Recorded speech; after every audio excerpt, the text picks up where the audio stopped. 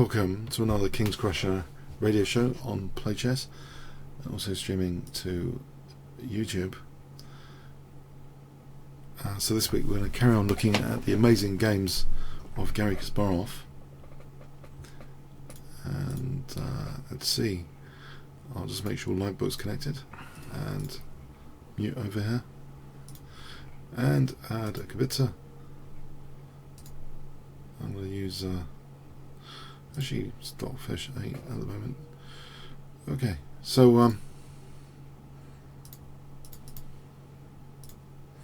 hello on Play Chess and streaming to YouTube. So we're going to have a look at another amazing game or two of Garry Kasparov. So this is against Tony Miles, or Anthony Miles. So Tony Miles was one of Britain's early grandmasters. Let's have a quick bio about him. He died a bit young, actually, 46 years of age, in 2001. He died in 2001, 46 years of age. So he was born in Birmingham, England. There's a big bio actually at chessgames.com, but basically he was one of the best players in the world. Basically, during his peak, he was one of the, at least in the top 10, he was one of the top players in the world.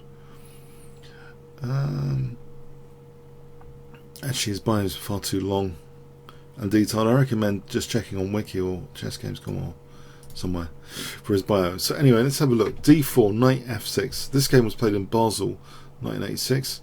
So knight f6. Tony Miles played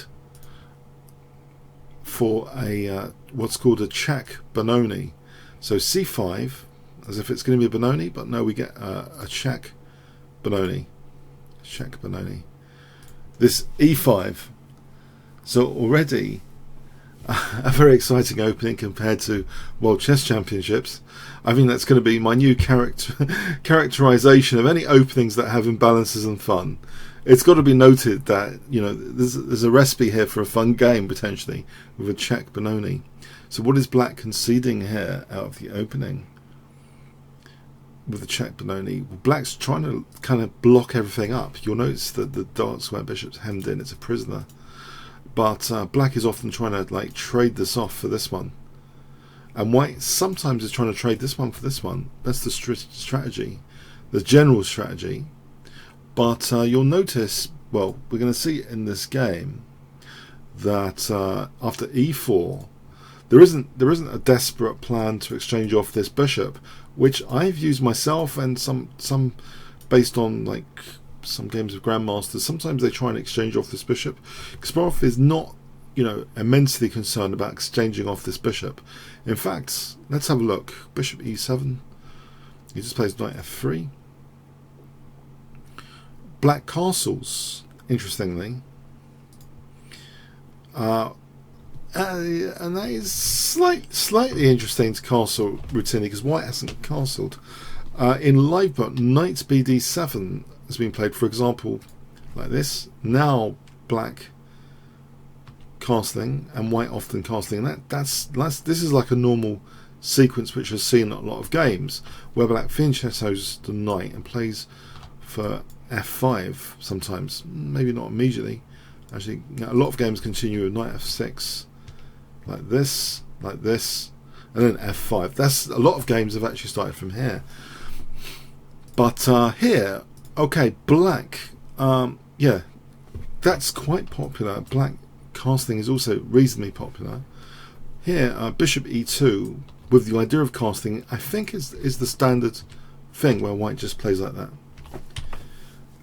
But here, okay, we have actually h3, which is another popular move, not as popular as bishop e2.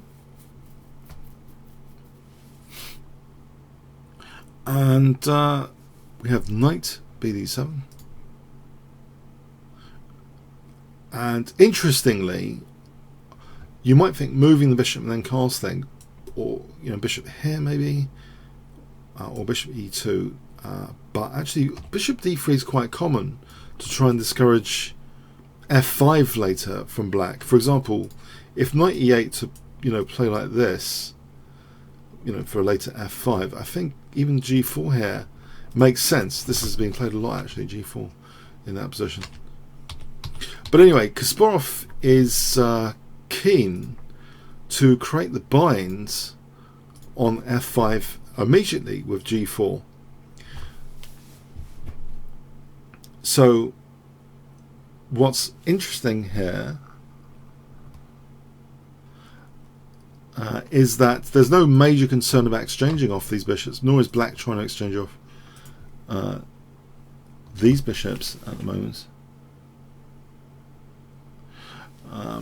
So okay, more it's about this bind on f5 at the moment. If black's going to liberate the position, how is black going to do that with this sort of plan? Well, you might think to try and energize black's pieces with f5. We do see knight e8, but this clamp on f5 is the major focus here with bishop d3. Bishop d3. So you see this big clamp being built up. a6 and a sort of clamp on this side, and there's going to be no b5, there's going to be no f5. That's the statement so far. Rook b8, as though black, well, black can play for b5 with a bit of build up, maybe. Rook g1, knight c7, b5. There's a clamp on both sides of the board here, right? We see just b3, so even if b5 happens, white's kind of already ready for b5, if that really is going to happen. We have rook e8. And this is where it gets kind of interesting, that with white's rook g1, it's another statement that f5 is never going to happen. Kasparov actually plays a very interesting move, h4. So let's have a look. h4. What is it actually doing? So if bishop takes, is that bishop trapped? I think it would be a mistake. Black actually played b5. Let's have a quick look at the materialistic. I think the bishop just gets trapped, g5. And then we're going to munch the bishop with rook g4, or knight takes h4 actually immediately. So that just traps the bishop. That's out of the question. Just knight takes h4 actually. So that's a poison ball. You can't take that. So we actually do see b5 here though, trying to kind of undermine h4 like this. Maybe if, well, let's see, b5 is played. So black's trying to energize his position. And you might think, well, didn't white kind of create a bind over there against b5? In fact, this is kind of ignored now with the move g5. If white takes, let's have a quick look at this. C takes. What would black's compensation be for this pawn? It's intriguing. It's possible, maybe, that black's idea is knight f8. This is one of the strongest computer moves here suggested, with the idea that this pawn is still going to be vulnerable to bishop d7. And if it's going to take white some resources to protect this pawn, say this, it gets maybe a little bit as though black's going to have some play here, building up on the pawn, building up, building up, building up, and to be able to take it.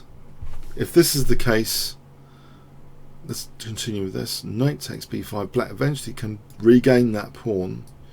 Then maybe this whole thing is undesirable to actually take this pawn. It's still an advantage technically for white, but white has lost his attack. So interestingly, Kasparov is keeping his focus firmly on the king side by totally ignoring this apparently free pawn for some time. He totally ignores that with the move g5 actually. This is the engine's suggestion, either this or this, to actually grab this pawn for a moment. But Kasparov ignores that with g5.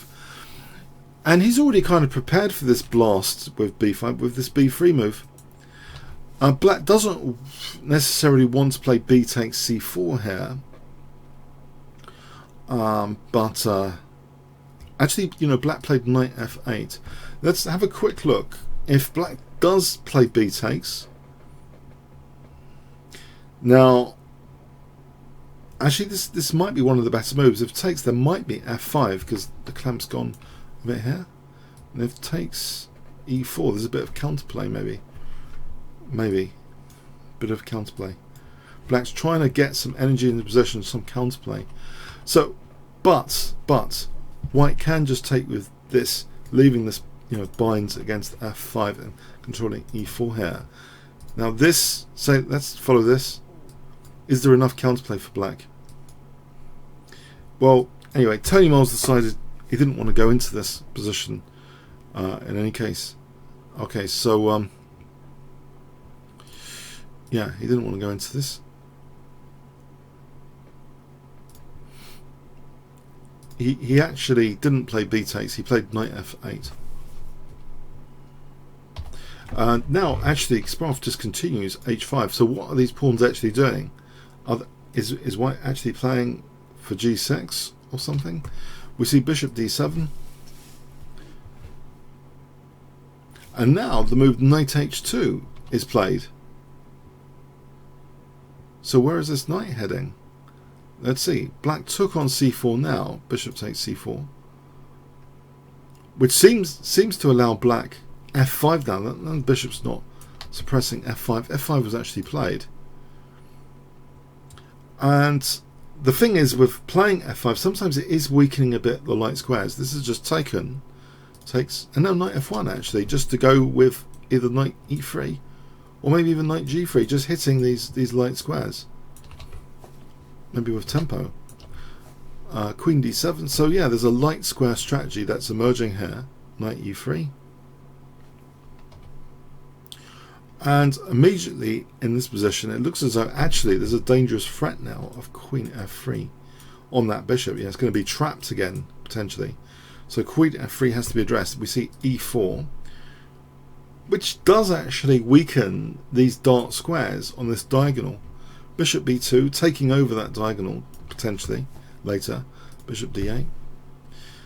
And now knight e2, with the idea, it seems, of potentially putting a knight into e6 might be unpleasant. Queen f7, and now knight f4, with the idea maybe of knight e6 later. But there's other ideas in this position.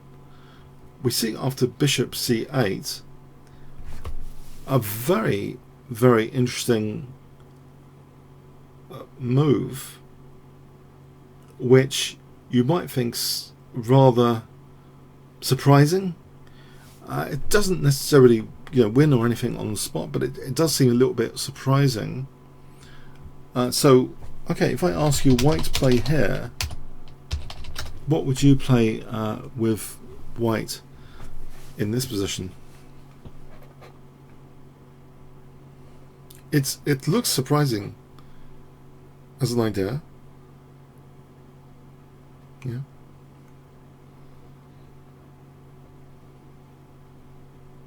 Any ideas? I mean, white seems to have a nice position, yeah. In fact, this last move did actually, let's make a note, what this last move actually did was discover an attack on the knight here, correct? So how do we kind of address that in this position? How do we address that? Are we still on stream? Connection server lost on playchess. That doesn't look very clever. Let me just get back to this game. I'm sorry about this. I'm hoping my internet doesn't just collapse. It seems to be some sort of... Let me just get back here.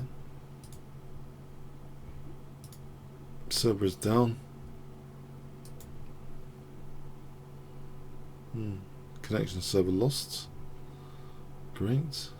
Fantastic. I'm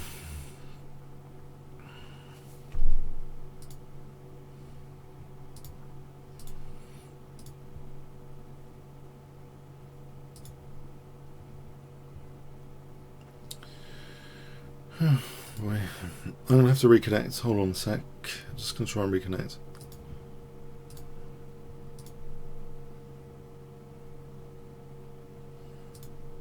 and restart as the broadcast get up there.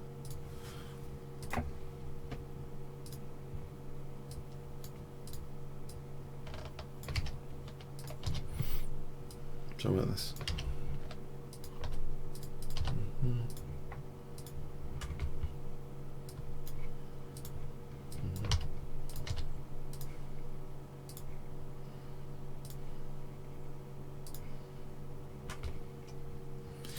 So where were we? We're at rook g4. Alright, so yeah, okay. I'm not sure it was my internet there, but let's have a quick look now on rook g4. Bishop takes g4. If bishop g4, this wasn't played actually. Queen e7 was played. So why not bishop takes g4? It's Alekabitsa again. Now, if queen takes g4, white is threatening what? Maybe knight f5 here. This looks dangerous, this brewing on the king side, with knight f5 being the principal threat. If, say, g6, this looks like a dangerous position because of this dark square bishop. It looks as though there's big trouble here emerging. Say this, rook h1. There's huge trouble. This is worth an exchange set, this position. It seems if black's having to play g6 to stop knight f5. If g6 isn't played, I mean, as an example, knight f5 would threaten knight takes d6. Let's say this a5 there actually.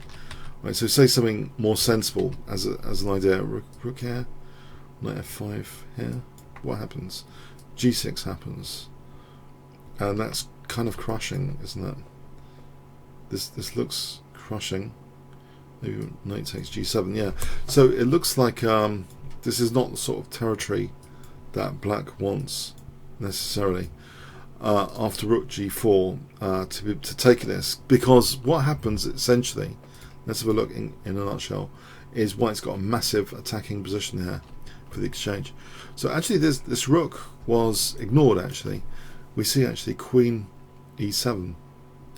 The engine suggestion is actually to play g6 here, and this is looking outrageous. The engine suggestion is to take there. In fact, this is just looking weird, but maybe black survives to tell the tell. This is an interesting line, very, very interesting line tactically to try and defend things. Yeah, if that's really possible, okay.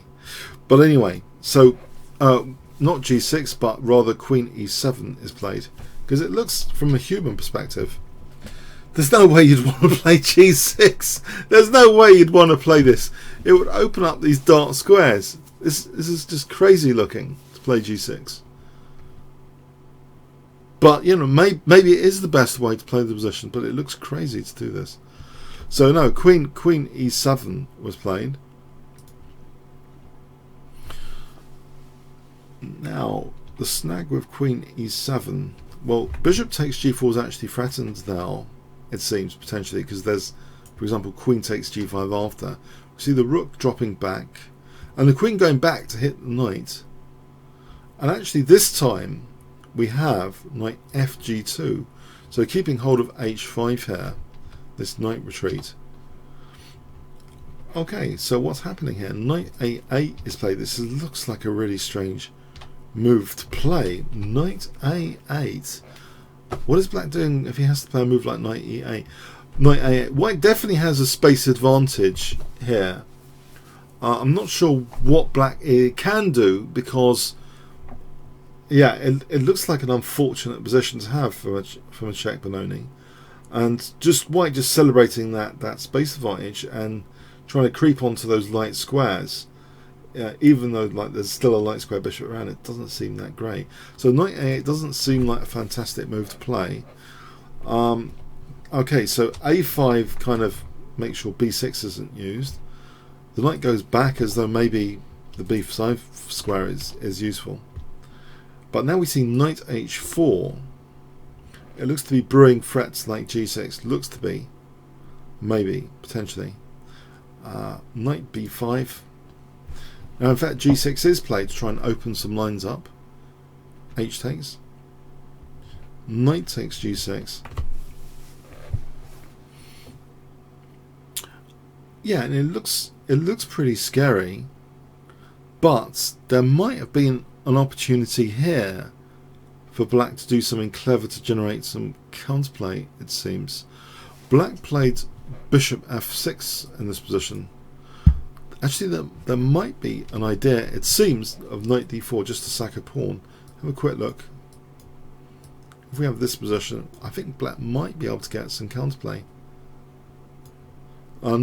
Not with the idea of taking there necessarily, but maybe check first is better, and then taking actually. No, it seems black might get some. That might be an interesting idea, just to play knight d4. Not sure why this wasn't played actually. Knight d4 seems like a really good idea in the circumstance. Maybe even following up with knight f3 check. Yeah, maybe. But maybe, okay, black played bishop f6. We have now bishop takes b5, which looks at that rook. Okay, so if bishop takes b2, I think white just snaps that rook and is better. Okay, so bishop takes b5, that's addressed. We have rook takes b5. Now we have queen c2. Bishop takes b2. This might not have been the most accurate. Maybe black can try and generate some mayhem, some counterplay with c4. c4 looks interesting because we're hitting d5 here. Yeah, there's no b takes because of that. If knight takes, yeah, we take d5. Yeah, I'm not sure. It seems as though black had some counterplay chances around here, but he took on b2. Queen takes b2, and this is looking less like a counterplay position at the moment. Black did take on g6. Rook takes g6. With that knight on e3 protecting d5, and yeah, things seem to be quite good on the g file here for white. Rook e5, white just castles queenside, just wanting to build up on the g file now, and it doesn't really matter about this pawn. It's given for a bit of time. It's taken. It's given for a bit of time to double the rooks. So that has to be protected rather awkwardly with rook h7. But now we have knight c4, and this is kind of a Benoni structure with d6 being under fire. d6 is really under fire now. So threat knight takes d6.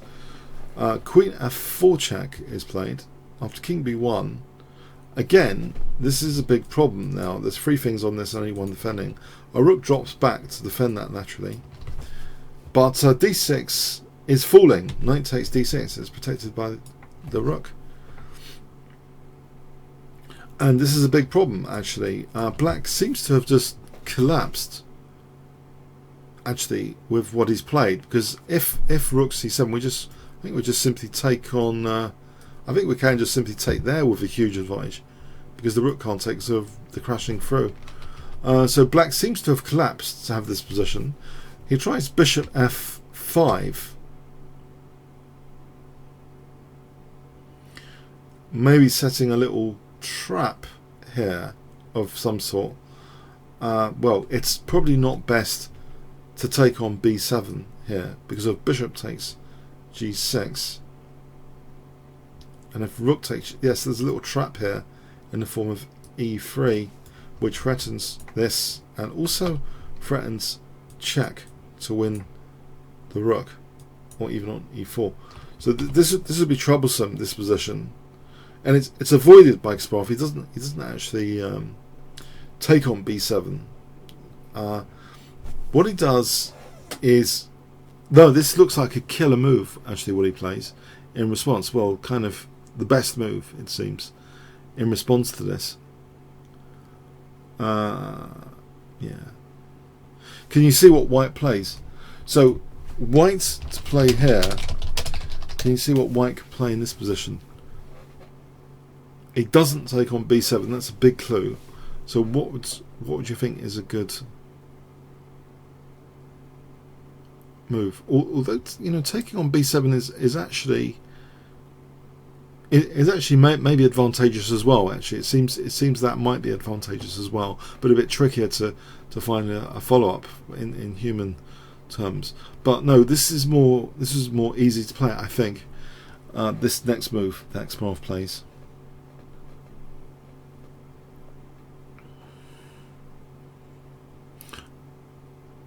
All right. Jordan Couch mentioned Queen f6. I don't think this is the move because a rook takes b3 check. That's bad because say this, and there's an attack here, a counter attack against White's king. White would have to give up the queen, otherwise gets mated. That's not the best. No, queen is protecting critically b3 here. Actually, it's the right idea though. It's the right idea. Rook f6 to pin the bishop like this is played. Rook f6. Now, it seems Black's best try might be e3 check, believe it or not, because on rook takes, there's queen takes, which is okay apparently, and on knight takes, there's the tricky e takes, which is interesting. It would look as though White's a knight up, but what about this pawn? What do we do about this pawn? You know, if we do this, then we just take here. If we throw in a check here, this is like apparently just a drawing line with perpetual check. So this is a nice tricky continuation. It seems that Black, this might be the tricky continuation, but instead of rook takes f5, there's knight takes f5, which is better, and after e takes, there's apparently check here, check to win the queen and stop the pawn, and this line goes on a bit to this position where White emerges with an interesting position. This is probably Black's best chance. So yeah, that's a very interesting continuation. But White has a small advantage. White apparently has an advantage here. So this is what Black should have played. A very tricky move, e3 check, to stay in the game. But he plays actually queen h2. So hitting the rook just protects itself here, and now, yeah, I mean, we're left with this fork. The knight's no longer exposed on this diagonal. After check, it's a helpless position now with all this pressure and the fork. Black actually resigned here on move 42. So this looks like I'm not entirely sure this game can be cruelly described as a one-sided game. In fact, it seems Black had chances to create quite a bit of counterplay. If we're going to try and be objective about this game, this wasn't entirely a one-sided game. It seems as though, you know, when Kasparov played moves like a5, I have to say objectively he was giving up squares. If we just rewind back to a5, he was giving up some squares. We go back to this position where he played a5. It looks absurd as though he's taking, you know, but if it provoked a5, this is what Black wanted, to get a square. He got a square, but he didn't. It seems the follow-up, I think this is where Kasparov is somehow psychologically doing a lot of damage to GMs, because it seems as though the GMs are not encouraged to play for masses of counterplay. This knight d4 would have been, I don't know, from an engine point of view, the evaluation here is Black's slightly better, actually. I don't know, is this a terrifying position to have with Black? It seems as though a5, I want to be objective about this. It seems as though a5 here, you know, wasn't the best. This looks like a very standard maneuver you get in Benko gambits to play knight c7 to b5 to d4. It seems here white could have just played more solidly, not giving the b5 square with bishop e2 and enjoying the advantage, letting black like this, just in trying to improve the position. I don't know, this seems as though black might have had a shot at something interesting in this game. Yeah, with knight d4.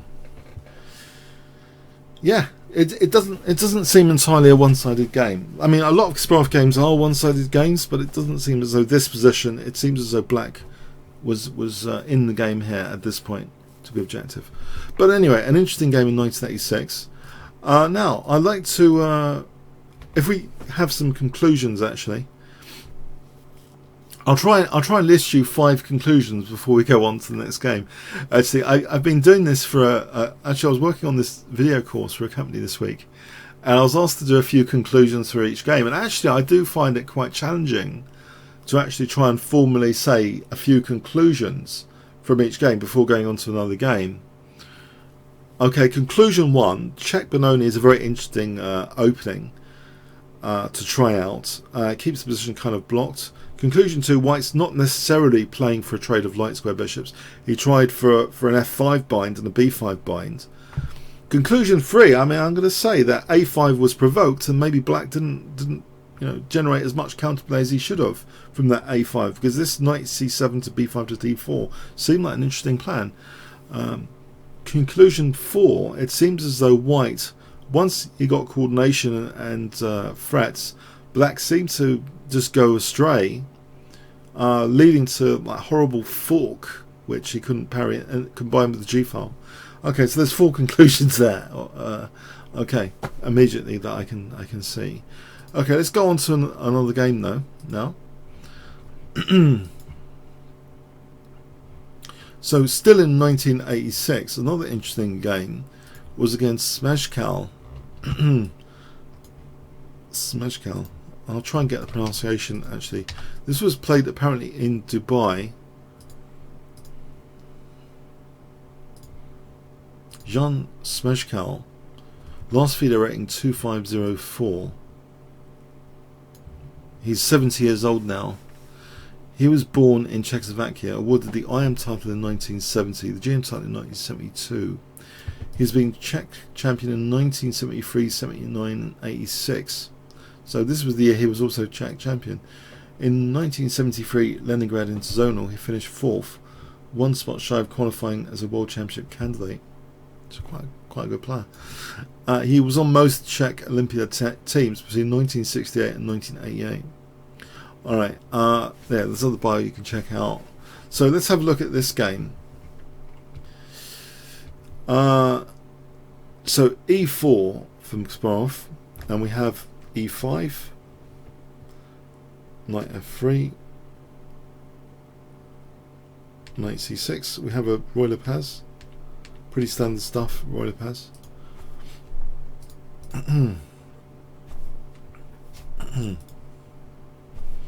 Pretty standard. Standard Roy Lopez. Yep, all these moves have been seen before. Very beaten territory. Very beaten way of playing. Now, quite often h6 is played here. This is another alternative to play queen d7. A takes. Rook takes. Let's get to the middle game, I think, at this rate. So we've got a closed Roy Lopez type position where white has this space advantage. Queen d2, so we'll take it from here. Move 19, queen d2. So white's reinforcing dark square play at the moment, and is ready for things like knight c5 with bishop c2. One would imagine holding e4 even more. Bishop b7. We have rook a1, rook a8, bishop c2 in advance of any knight c5, which would hit the rook. That's a precaution. I mean, I think this is well, it's check anyway. It's not so deadly. It's check. So bishop c2, c6, trying to break open the center and liberate this bishop a bit. White took. So at the moment the position's about equal, it seems, technically. black has accepted this backward pawn on d file. That's targeted. It's no big deal, it seems, at the moment. Rook d8 might not be the most optimal, though. It's kind of making pieces miserable just because of that. But is there another way of playing this? There might be queen e6, rather than making the rook miserable. As if takes, I think we just take with the queen and we're fine. Holding d6, that might be a possibility. So anyway, the rook was made a bit misery, just protecting this pawn against bishop takes f6, it seems. So queen e3 introduced the threat of knight e5, actually. That's addressed with queen b7. Then we have bishop h6. And actually, there's a threat now of knight f5, potentially. Because if taken, then we just mate black on g7.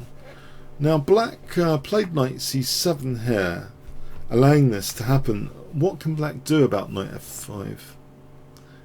If anything. Not much anyway. I mean, maybe, okay, maybe knight e8. Knight e8. And if knight f5, well, we can just take that. The point is to hold the g5 square. Knight e8 might be one of the better moves. But anyway, this was allowed, basically. Knight f5 was allowed. So just to make this clear, you see that if it takes, we just mate. So knight f5 was, in effect, it was allowed in this position. How dangerous is it? It allows white to take off the dark square bishop, which Kasparov does. So this is simultaneously weakening these dark squares a bit more, and maybe d6 sometimes. Knight g5, not minding to try and exchange off the knight here. But there's an interesting point about this, that it seems as though knight f4, we're also on f7. If knight f4, I believe we can target f7 with bishop b3. So it's slightly dangerous having this bishop lurk around to stop rook f8. It is slightly dangerous. If black has to do this, it's getting a bit dangerous with infiltrations like this. And it's black's getting tied up, if nothing else. He's getting a bit tied up. So actually knight f4 wasn't chosen here. We see knight c5 instead, and maybe black's interested in playing d5, which would seem liberating. b4 kicking the knight, and actually bishop b3 here probing f7. The bishop does drop back a bit passively. Okay, so white has kind of bind on the position, plus black's weakened his dark squares, giving white the classic bishop without a counterpart, which I consider an advantage. If any of you have seen Morphy's opera game, you'll know that. You know, Morphy's opponents gave up the knight square bishop with disaster. When you have a bishop without a counterpart, this is a recipe for disaster quite often. And here, the dark squares are already weakened, so even worse. But is this enough? Is there going to be some sort of dark square disaster from this position? Hasn't black got his targets as well? This c pawn on the c file.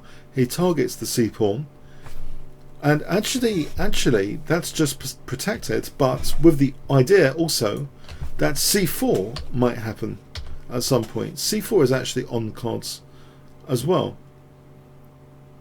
Which would undermine, potentially this knight as well as f7, so the bishop wouldn't be able to take because of f7. This bishop's kind of be overloaded on c4. So knight d7 was played, and now what is black actually up to?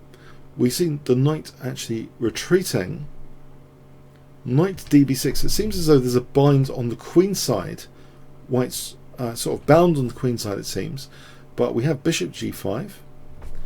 Queen c7. So black seems to have a reasonable queenside bind at the moment, and although these dark squares do seem extremely vulnerable, knight d2 is played now, as if c4 is back on the agenda to play the move c4 here, even though black seems to have made some efforts to create a bind there.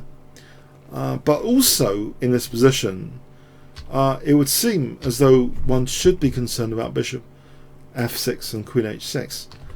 And black's move seems to address that with king g7. Just to check, just one moment. Let's just check. Is bishop f6, is it possible to repulse it? I think it's repulsible with knight d7, that's the thing. But anyway, black did play his king to g7. It wasn't major thing, bishop f6, but he did play king g7. So that's stopping that bishop f6. But is the king slightly more exposed there? We see now c4.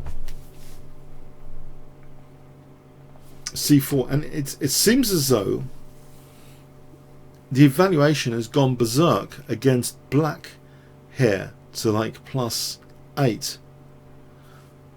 Yeah, I mean, hang on a sec. Here it was about +1 and a bit, but after just 2 moves, it's gone to +8. Here, it's nearly +8. +5. Yeah, something's gone actually kind of wrong technically with black's position. What exactly is it? Black played h5. Let's have a quick look at say knight takes. Knight takes.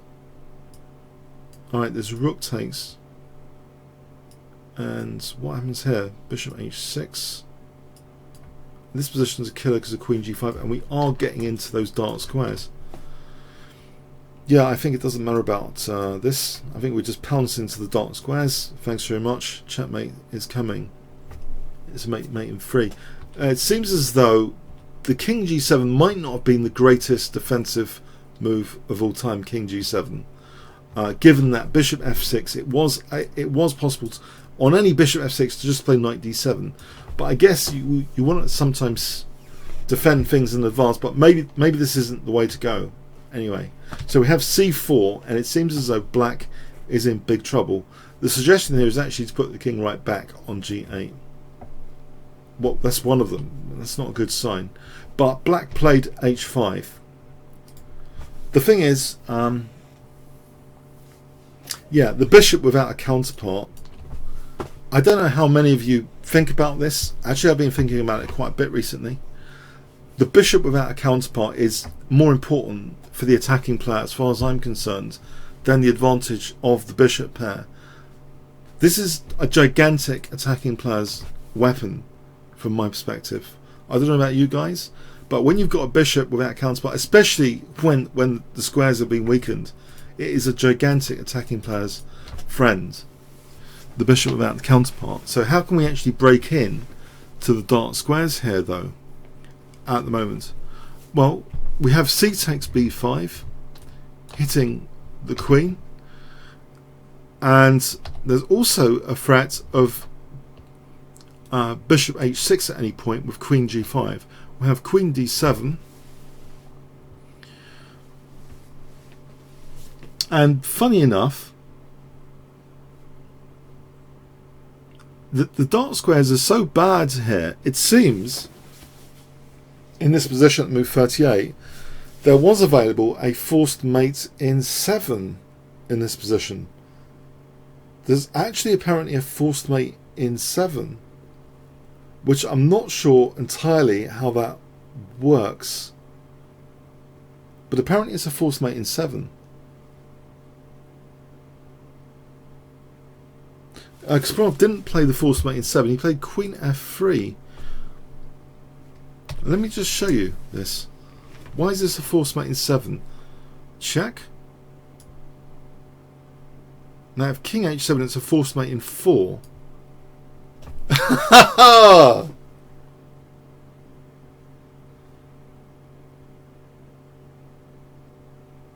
This is a forced mate in 4, apparently.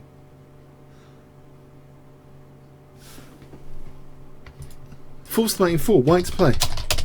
Now this is a good tactical puzzle. It's a forced mate in 4.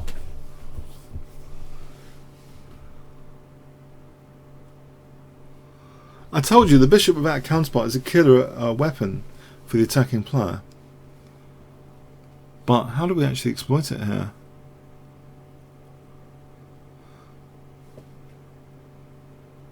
Can you see? It's not queen g5. Actually, it's quite a simple move once you see it. Yeah, just bishop f8, because then we've got queen h6 coming. If g5 we just take here, we still got queen h6 coming, or queen g7. So black's had it there. If f6, we play queen h6, it's actually checkmate. And why it was a forced mate in 7, let me just show you why it was a forced mate in 7. The forced mate in 7 was actually not this, allowing bishop f8, but actually king g8, more stubborn, right? But queen g5 is a forced mate in 6, because we're threatening queen takes g6 check, with that pin, yeah? Another attacking player's friend, and queen g7 mate. If black's best move is something like this, that's not good, because we can take the queen. Or, yeah, what does black do? If he plays this, again, we have bishop f8 with the threat of queen h6. And if king g8, we still play queen h6, threatening queen g7, and this pawn's pinned. We've got a lot of attacking players' friends in this position. The pinned pawn, the bishop without the counterpart, are a lot of attacking players' friends in this position. Black essentially was on a knife edge, and yeah, you know when he allowed that knight f5, he's given Kasparov a lot of attacking players' friends, the bishop without the counterpart. I have to emphasize. But in this position, yeah, he doesn't play the forced mate. Sorry, in this position, Kasparov didn't play the forced mate, which starts bishop 8. That's basically a forced mate in 7, this position with bishop h6 check. It's a forced mate in 7. The dart square bishop without the counterpart. You know, there's a counterpart here. I'm talking about the dart square bishop has no counterpart. It's an attacking player's friend. We have actually queen f3, maybe excited queen f3, threatens a forced mate in 7 with check. It seems. That's the threat. Black played rook takes c2, and now we do get, again, there is actually a forced mate with check here, let alone taking the rook. Let's have a look just for the mechanics. Check. Here, there's an interesting move which is a forced mate in 9. Forced mate in 9. Can you see? White to play.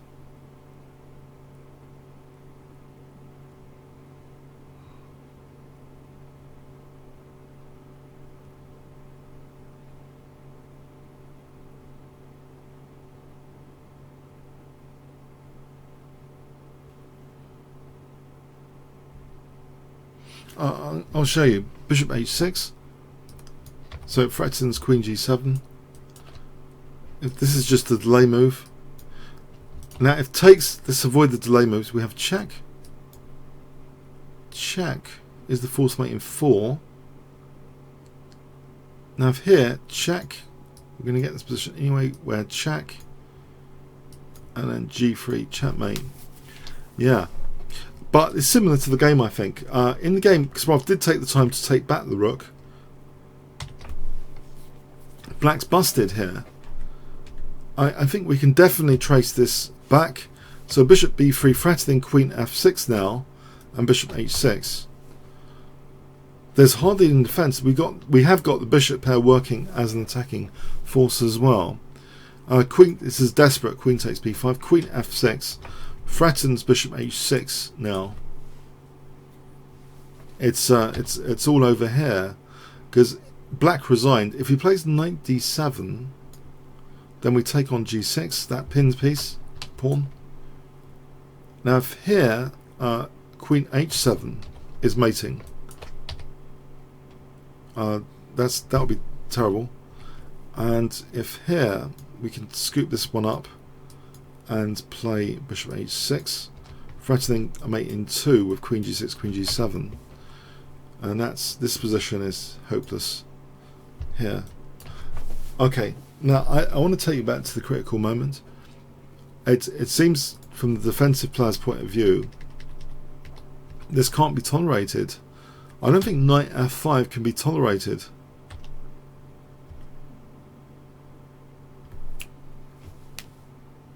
I mentioned knight e8, that might be one of the strongest moves. So knight f5 we can just take. Also, let me just check out this. Why does that allow knight f5? I think this would be tricky to play. Yeah, I'd prefer the other way, just knight e8 immediately myself, just to avoid this losing the dark square bishop. Yeah, I mean, it just went a bit, it collapsed a bit. Yeah.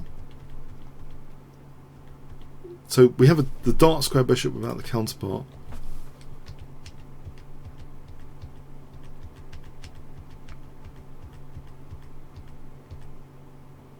And we just see this in action, essentially. I mean, yeah, there's even a forced mate in 7 in this position. We see this in action. For those interested, I did make a list as part of some other stuff I was doing this week of attacking players' friends.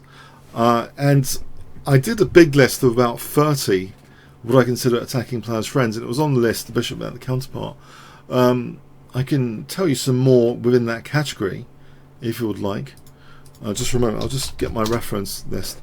It was an interesting realization. I wanted to create a list of attacking players' friends, and Kasparov is one of the greatest attacking players ever.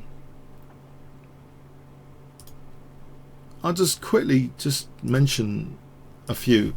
I actually categorized within different piece categories as well, attacking players' friends, because I realized earlier this week that if you want to be an attacking player, when you see like a basic list of about 7 elements, I don't like to call them elements, but they often mention king, safety, pawn structure, weak squares. It's not that much fun. The center, piece configuration, material balance. You can have a list of 6 or 7 elements, but I don't think that's much fun. I created a huge list of attacking players' friends, just within the category of bishops, bishop configurations. The top one I thought, the bishop without a counterpart, which this game is a full demonstration of. That was my top attacking player's friend within bishop configurations. Also the bishop pair. This does have the bishop pair as well. Opposite colour bishops can be good for the attacking player I mentioned as well as my list. So yeah, I do have a big list there. Maybe we can, when I mention other games in the future, if they hit some of the list, I'll mention it. I don't want to sort of abstractly mention this big list without the examples. But this to me is definitely a good example of the bishop without the counterpart. So anyway, I hope you got something from this week. And yeah, comments, questions, likes, appreciated on YouTube. And we'll carry on next week and see if we can get some patterns for our own attacks and our own games, etc. Okay, thanks very much. Have a good week. Cheers then.